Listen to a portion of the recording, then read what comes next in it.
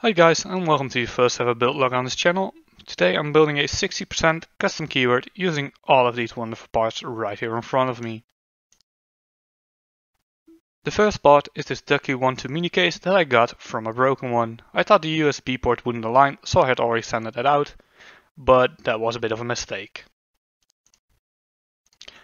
As for the PCB, I've got this DC61. It has quite numerous options for layouts. It has underglow LEDs, which are the white bits you can see on the back here, as well as a very useful USB-C connector, which is most commonly accepted these days. As for the plate, it's a common 60% plate made out of aluminum. Not much to be said. For the stabilizers, I went with some cherries. These are PCB mounted, which you can tell by the little clips. And I will be luing that with some Cryotox 205 grade 0. And of course, most importantly, we've got the switches. I've decided to go with Hakon Clears, a tad on the heavy side and a tad tactile. These are a perfect typing gaming balance for me.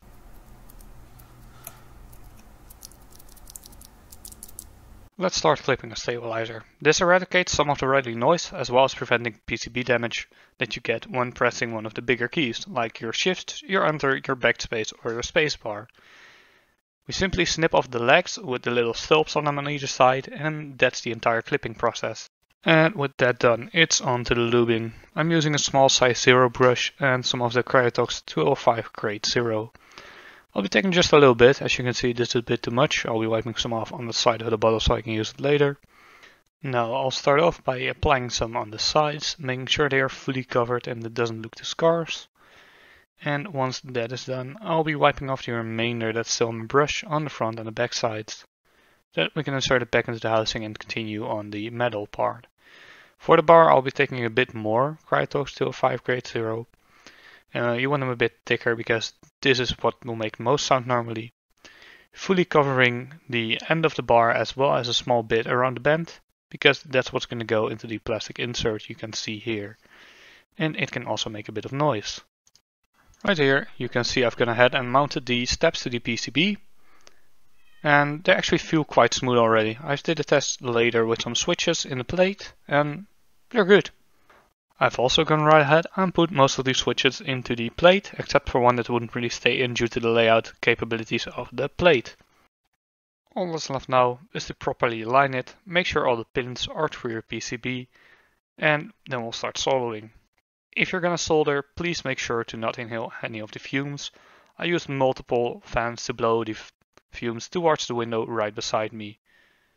It took me a while to get back into the soldering itself, but mainly the second half of the process went decently fast. The art is in not going too hot with your soldering iron as not to damage the PCB, but going hot enough to have some speed in it. For me, about 350 to 375 degrees Celsius worked best for me.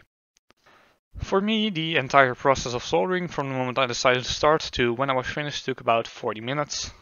As I said, I had to get back into it a little bit, so that took a bit longer. I think I could have done this in 20 minutes if I had the pace already. It's definitely not my best soldering at all, but all the contacts are made and everything is clean. I didn't screw anything up.